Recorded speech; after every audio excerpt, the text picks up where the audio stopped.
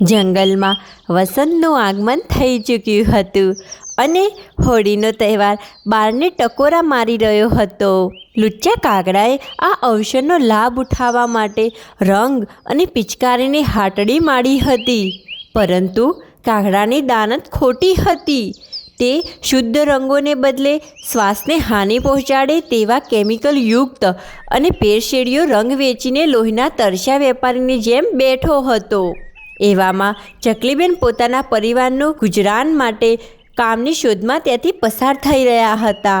કાગડાની દુકાન જોઈ તેમને આશાનું કિરણ દેખાયું અને તેઓ તેની પાસે ગયા. પધારો ચકલીબેન, પધારો. બોલો, કેટલો રંગ જોઈએ છે? આખા જંગલમાં હોળીના પર્વમાં મેં આ ભવ્ય દુકાન ખોલી છે અને આખા જંગલમાં મારી જ દુકાનની ચર્ચા ચાલુ છે. અને આ જુઓ તો ખરા, આ રંગોમાં તો કેટલા અલગ અલગ રંગો મેં રાખેલા છે. બોલો ચકલીબેન, બોલો, તમારે કયો રંગ જોઈએ છે? કાગડા ભાઈ, સાચું કહું તો મારે કંઈ ખરીદવા માટે નથી આવવું, પણ હું તો આશા લઈને આવી છું કે મને તમારી દુકાનમાં થોડું કામ મળી રહે. હોળી નજીક છે અને મારા બચ્ચાઓના પેટનો ખાડો પૂરવા માટે મારી પાસે ખૂટી કોડી પણ નથી. તહેવારના દિવસોમાં મને ક્યાંય બીજે કામ મળતું નથી. જો તમે મને આશરો આપશો તો મારી હોળી સુધરી જશે. મને તો પહેલાથી જ ખબર હતી કે તું મારો સમય બરબાદ કરવા માટે આવી ગઈ છે. તું નીકળ અહીંયાથી, નીકળ. તારી મારે જરૂર જ નથી. નીકળ અહીંયાથી પનોતી, નીકળ. તારા જેવા કામચોરને અહીંયા રાખીશ તો પછી મારી દુકાનનું તો સત્યાનાશ થઈ જશે. નીકળી જા, નીકળી જા. અને હા, હું મારો વેપાર ચલાવવા માટે હું પોતે જ સક્ષમ છું, એટલા માટે તમારા જેવા ભિખારીઓની મારે જરૂર જ નથી. નીકળ, નીકળ અહીંયાથી, નીકળ. કાગડાએ ચકલીબેનને હળદૂત કરીને કાઢી મૂક્યા. ચકલીબેન અત્યંત નિરાશ થઈને ઘરે પાછા ફર્યા, જ્યાં તેમના નાના નાના બચ્ચાઓ ભૂખ્યા પેટે માતાની રાહ જોઈને બેઠા હતા. એ મમ્મી આવી ગઈ. પણ મમ્મી, તું અમારા માટે કંઈ લાવી છે? હોળીનો તહેવાર આવે છે અને અમારે તો નવી પિચકારી અને રંગોથી રમવું છે. મમ્મી, તારું મોઢું કેમ આટલું ઉતરેલું લાગે છે? શું થયું મમ્મી? બોલને. તું આ રીતે ઉદાસ ના રહીશ, અમને બિલકુલ નથી ગમતું. અરે બેટા, શું કહું તમને, મને ક્યાંય કામ મળતું નથી. હોળી માથે છે અને ઘરમાં 2 પૈસાની આવક વગર આપણું ઘર કેવી રીતે ચાલશે એ વિચારી મારું હૈયું ભરાઈ આવે છે. પક્ષીઓ મને કામ પર રાખતા નથી અને ગમે તેમ કહીને અપમાનિત કરે છે. મને કંઈ સમજાતું નથી કે હવે શું કરું. મમ્મી, હિંમત હારવાની જરૂર નથી. મારી પાસે એક શ્રેષ્ઠ યોજના છે. હોળીનો તહેવાર છે તો આપણે પોતે જ રંગ અને પિચકારીનો ધંધો કેમ શરૂ ન કરીએ? જો આપણે મહેનત કરીશું તો ચોક્કસ 2-4 પૈસાની કમાણી થશે અને આપણા ઘરમાં પણ સુખનો સૂરજ ઉગશે. મમ્મી, ચિંકી સાચું કહે છે. અત્યારે જંગલમાં માત્ર કાગડા કાકાની જ દુકાન છે. જો આપણે કેમિકલ વગરના શુદ્ધ રંગો લાવીએ તો આપણને સારો નફો થઈ શકે. મમ્મી, આપણે આ ધંધો કરવો જ જોઈએ, જેથી આપણું ગાડું ગબડે. ધન્ય છે મારા બચ્ચાઓ, તમારી આ સૂઝબૂઝે તો મારા અંધકારમય જીવનમાં આશાનો દીવો પ્રગટાવ્યો છે. તમે મને બહુ સારો રસ્તો બતાવ્યો છે.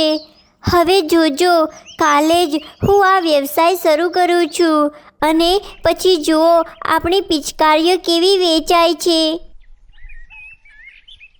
બીજા જ દિવસે ચકલીબેને પોતાની મહેનતથી શુદ્ધ રંગોની દુકાન ખોલી. એવામાં રાજમહેલમાં સેવક પોપટભાઈ ત્યાંથી પસાર થયા.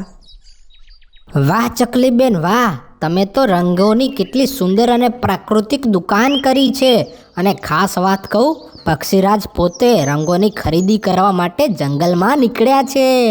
તમારી આ નવી અને કેમિકલ યુક્ત દુકાન જોઈને મને ખાતરી છે કે તેઓ અહીં જ આવશે. પેલા કાગડાએ તો રંગોમાં ઝેર કેમિકલ ભેળવ્યો છે. રાજાજી ચોક્કસ તમારી આ ગુણવત્તા યુક્ત રંગો લેશે તેવી મને ખાતરી છે અને રાજાજી અહીં જ આવી રહ્યા છે તેવું મને લાગી રહ્યું છે. અરે પોપટભાઈ, જો એવું બને તો ભગવાનની મોટી મહેરબાની. તમે તો રાજાજીના ખાસ છો. જો તમે ભલામણ કરો તો તેઓ જરૂર અહીં પધારશે. પણ પોપટભાઈ, તમે આ બાજુ ક્યાંથી ભૂલા પડ્યા? તમે તો આખો દિવસ મહેલમાં હોવ છો ને. હા ચકલીબેન, મહેલમાં કામનું ભારણ બહુ જ હોય છે. સાચું કહું તો હું રાજાજીના આદેશથી રંગો અને પિચકારીઓનું નિરીક્ષણ કરવા માટે જ નીકળ્યો હતો. કાગડાની દુકાને જતાં જ પહેલાં રસ્તામાં તમારી દુકાન જોઈ ગયો એટલે અહીં આવી ગયો. તમારા રંગો કાગડા કરતાં સૌથી શ્રેષ્ઠ લાગે છે. પોપટભાઈ, મેં આજે જ આ ધંધો શરૂ કર્યો છે અને બધો માલ શુદ્ધ અને નવો લાવી છું. જો તમે રાજાજીને વિનંતી કરો અને તેઓ અહીં પધારે તો મને આર્થિક ટેકો મળે અને મારા બાળકોનું ભવિષ્ય સુધરે. તમારી મોટી મહેરબાની થશે. પોપટભાઈ મહેલમાં ગયા અને ટૂંક સમયમાં જ પક્ષીરાજ રાજાજી પોતે ચકલીબેનની દુકાને આવ્યા. રાજાજી, આપને કોટી કોટી પ્રણામ. આપની મોટી કૃપા કે આપે મારી નાની હાટડી પર ચરણ સ્પર્શ કર્યા. બોલો મહારાજ, આપણને કેવો રંગ અને પિચકારીની જરૂર છે? આપ જે આદેશ આપશો તે મુજબ હું બધો સામાન મહેલમાં પહોંચાડી દઈશ. પોપટે મને તારી પ્રામાણિકતાની બધી જ વાત કરી છે.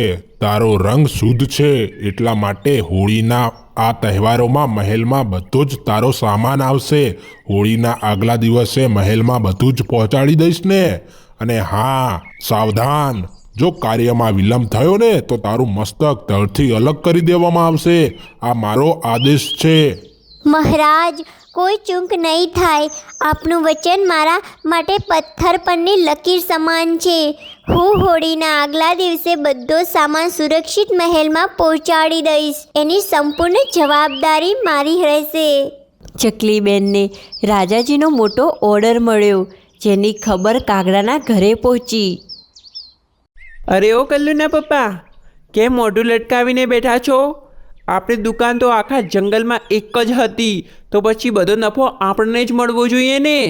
આ રાજાજીનો ઓર્ડર આપણને જ મળવો જોઈતો હતો. આજે ધંધો કેવો રહ્યો? અરે કલ્લુની મમ્મી, પેલી ચકલીએ આપણા ધંધાની પથારી ફેરવી નાખી છે. આપણી આંખોની નીચે જ તેની દુકાન ખોલી છે અને તેને રાજાજીએ ઓર્ડર પણ આપ્યો છે.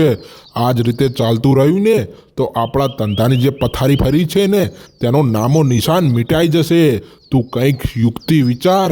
મને ચકલીની પહેલેથી જ બીક હતી, પણ ગભરાશો નહીં. આપણે આ ચકલીનું નામ નિશાન મિટાવી દઈશું. અંધારાનો લાભ લઈને આપણે તેની દુકાનને આંખ ચાંપી દઈએ, જેથી તેની દુકાન પણ ના રહે અને રાજાજીને ઓર્ડર પણ પૂરો ના થાય. પછી રાજાજી મજબૂત થઈને આપણી જ પાસે આવશે. કાગડો અને કાગડી પાપની યોજનામાં બનાવીને રાત્રે નીકળ્યા.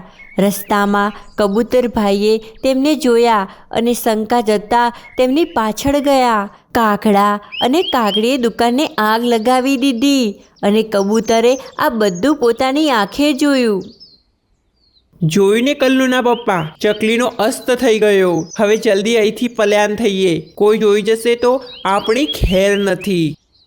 હા કાલુની મમ્મી, જલ્દીથી ચાલ અહીંયાથી. કોઈ જોઈ જશે તો આપણી તો આફત આવશે. ચાલ ચાલ જલ્દી અહીંયાથી. કાગડો અને કાગડી તો ભાગી ગયા, પણ મહેલમાંથી પોપટભાઈએ ધુમાડો જોયો. રાજાજી જંગલમાં ભીષણ આગ લાગી હોય તેવું મને લાગે છે. જુઓ, આકાશમાં ધુમાડો દેખાઈ રહ્યો છે. હા પોપટભાઈ, વાત ગંભીર લાગે છે. ચાલો ત્યાં જઈને જોઈએ અને તપાસ કરીએ કે શું સળગી રહ્યું છે. રાજાજી અને પોપટભાઈ ત્યાં પહોંચ્યા તો જોયું કે ચકલીબેનની દુકાન બળીને રાખ થઈ ગઈ હતી. અરે રાજાજી, આ તો બિચારી ચકલીની દુકાન હતી. ખબર નહીં આ નીચ કૃત્ય કોને કર્યું હશે.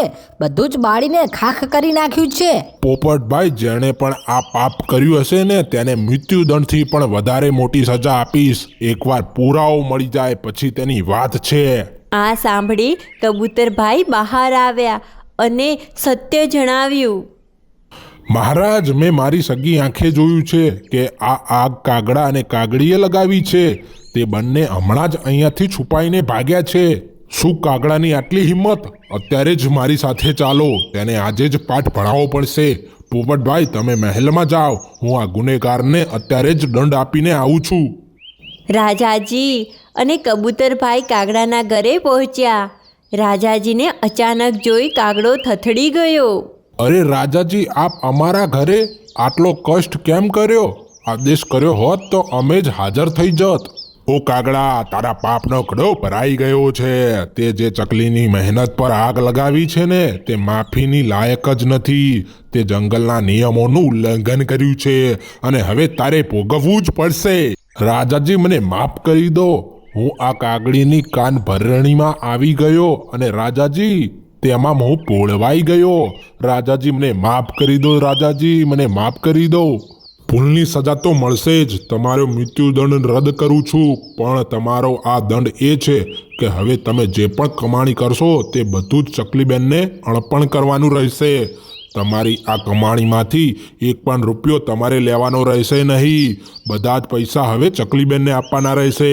અને હા, તમે સહેજ પણ હોશિયારી કરીને તો તમારું આ મસ્તક કાપી નાખવામાં આવશે. સમજી લેજો. રાજાજીએ ન્યાય કર્યો અને ચકલીબેનને વળતર અપાવ્યું. ત્યારબાદ આખા જંગલે હળીમળીને ધામધૂમથી હોળી ઉજવી. અરે શેઠાણી, જુઓ, સવારથી સાંજ સુધી મેં એક પળનો વિરામ લીધા વગર તમારા ઘરનું ખૂણે ખૂણું સાફ કરી નાખ્યું છે. શેઠાણી, આ હોળીનો ઉત્સવ ઉજવવા માટે મારા ગજવામાં એક ખૂટી કોળી પણ નથી. મહેરબાની કરીને મને અત્યારે થોડા પૈસા આપો, જેથી હું મારા વહાલા બચ્ચાઓના કરમાયેલા ચહેરા પર સ્મિત લાવી શકું. મારો જ્યારે પણ પગાર થાય ત્યારે તેમાંથી આ રકમ કાપી લેજો, કારણ કે મારા બાળકો રસ્તામાં મીટ માડીને બેઠા હશે કે મમ્મી આવશે અને અમારા માટે રંગ પિચકારી અને ખજૂર ધાણી લાવશે. મને ખાલી હાથે ના કાઢો શેઠાણી. અરે કલ્લુના પપ્પા, જરા આ મહારાણીના ઠાઠ તો જુઓ. હજુ મહિનો પૂરો થયો નથી અને પગાર લેવા નીકળ્યા છે. શું કાપીએ આ તારા પગારમાંથી? મહિનામાં 7 વાર તો તું માંદગીના બહાને રજાઓ પાડે છે. માંડ 200 રૂપિયા તારો પગાર છે, એમાં વળી શું કાપવાનું અને શેનું એડવાન્સ? કલ્લુના પપ્પા, આ મહારાણીને સમજાવો કે આ કાંઈ દાન પુણ્યની ધર્મશાળા નથી. તારે અહીં કામ કરવાની જરૂર નથી. અત્યારે જ અહીંથી પલાયન થઈ જા. ચકલીબેન, કાગડીનું વેણ સાચું છે. તમે રજાઓ પાડીને કામમાં વેઠ વાળી છે તો અમે તમને અગાઉથી પૈસા આપવાનું જોખમ કેવી રીતે લઈ શકીએ? અને હા, પગારમાંથી રકમ કાપવાની તમે જે વાત કરી રહ્યા છો તે બિલકુલ અમને મંજૂર જ નથી. તમને અમે પ્રેમથી કહીએ છીએ કે કાલથી હવે અમારા ત્યાં કામ પર આવવાની જરૂર નથી. તમારી જગ્યાએ અમે સારા એવા પક્ષીને અહીંયા કામ પર રાખી લઈશું. હવે તમે અહીંયાથી વિદાય પકડો. અરે શેઠ, અરે શેઠાણી, આવું આકરું વેણ ના બોલો. તમે જ મારા અન્નદાતા છો. મારા માટે તો તમે જ ભગવાન સમાન છો. જો હું અહીં કામ કરવા નહીં આવું તો મારા માસૂમ બાળકોનું પેટ કેવી રીતે ભરાશે? મહેરબાની કરીને મને કામ પરથી ના કાઢો. તમે જે પણ પગાર આપશો તે મને મંજૂર છે. બસ મને રઝળતી ના કરો. અરે તને એકવાર કહ્યું તોય સમજાતું નથી. અમારે તારે બિલકુલ જરૂર નથી. ચાલ, રસ્તો પકડ અહીંયાથી. મગજમારી ખોટી કરીશ નહીં. ગરીબના નસીબમાં તો અંધારું જ હોય. તેમ કાગડીએ ચકલીબેનને અડધૂત કરીને કાઢી મૂકી. ચકલીબેને ભારે હૈયે અને લથડતા ડગલે ઘરે પાછા ફર્યા, જ્યાં તેમના બચ્ચાઓ આતુરતાથી તેમની રાહ જોઈ રહ્યા હતા. મમ્મી આવી ગઈ. મમ્મી, તું તો સવારે વચન આપીને ગઈ હતી ને કે આજે સાંજે પાછી આવીશ ત્યારે અમારા માટે લાલ પીળા રંગો અને પેલી મોટી મોટી પિચકારી લાવીશ. ક્યાં છે એ બધું? મમ્મી, તે તો પેલી મીઠી ખજૂર અને ધાણીનો પણ વાત કરી હતી. હોળીમાં હવે ગણતરીના દિવસો બાકી છે. બધા પક્ષીઓના બચ્ચાઓ તો અત્યારથી જ રમે છે. મમ્મી, તે સામાન ક્યાં છુપાયો છે? જલ્દી આપને, મારે અત્યારે જ રમવા જવું છે. હા મમ્મી, પિંકી સાચું કહે છે. તે વચન આપ્યું હતું કે આજે અમારી પિચકારી આવી જશે.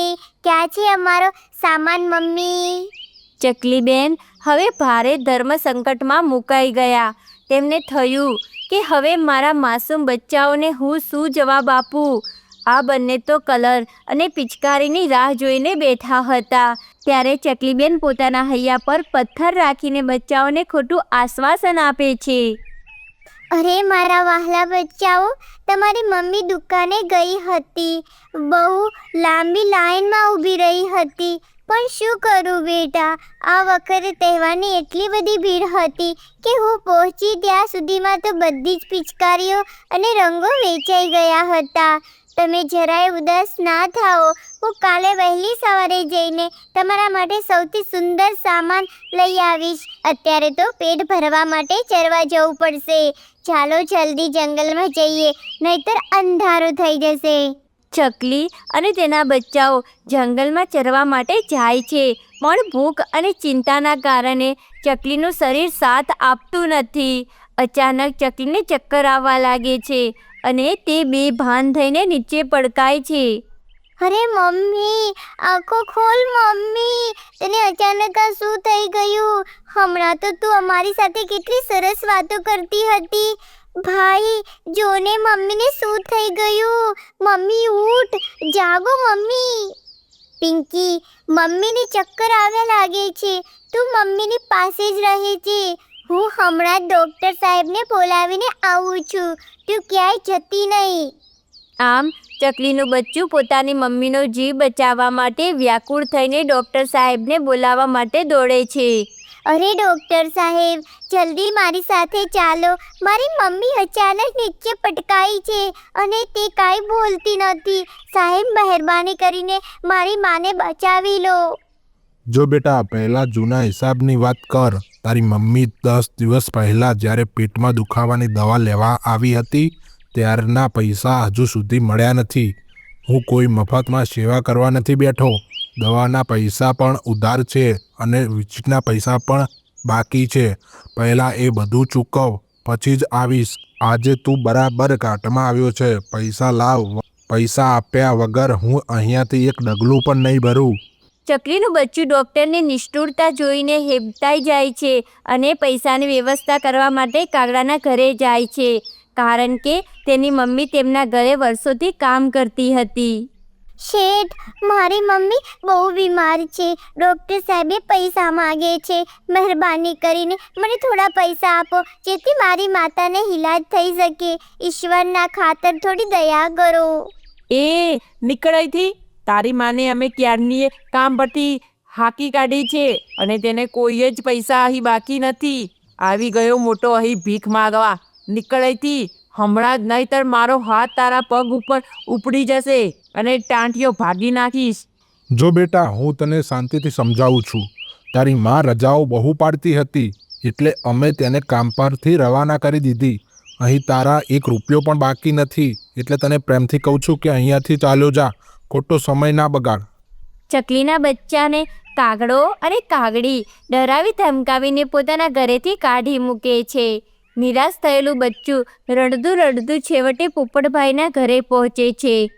અરે બેટા, તું અહીં આટલો વ્યાકુળ કેમ છે? અને તારી મમ્મીની તબિયત કેવી છે? સવારે હું મહેલમાં જતો હતો ત્યારે તારી બહેન મળી હતી અને તારી મમ્મી બેભાન હતી. મેં તો પાણી છાંટીને તેને ભાનમાં લાવવાનો પ્રયાસ કર્યો અને પછી એમને તારા ઘરે પહોંચાડી દીધા. અત્યારે તું કેમ રડી રહ્યો છે બેટા?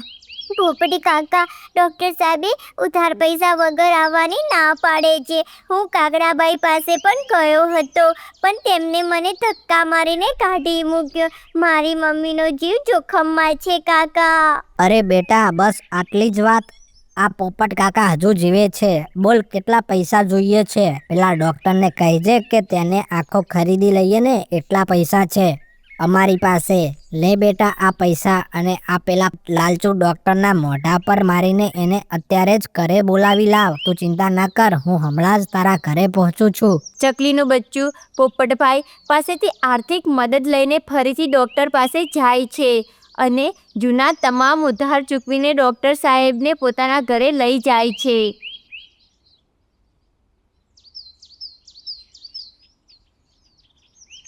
ડૉક્ટર સાહેબ, હવે તમારે જે શ્રેષ્ઠ ઉપચાર કરવો હોય તે કરો. આ ચકલીબેનને બેભાન છે કે કોમામાં છે તે બરાબર ચેક કરો અને તેને સાજી કરી નાખો. તમને જે પણ વળતર જોઈએ તે બધું જ આપી દઈશ, પણ આ માસૂમ બચ્ચાઓ સામે જોઈને ચકલીબેનને ગમે તે કરીને બચાવી લો. પૈસા ના કરો સાહેબ, હવે કામ શરૂ કરો.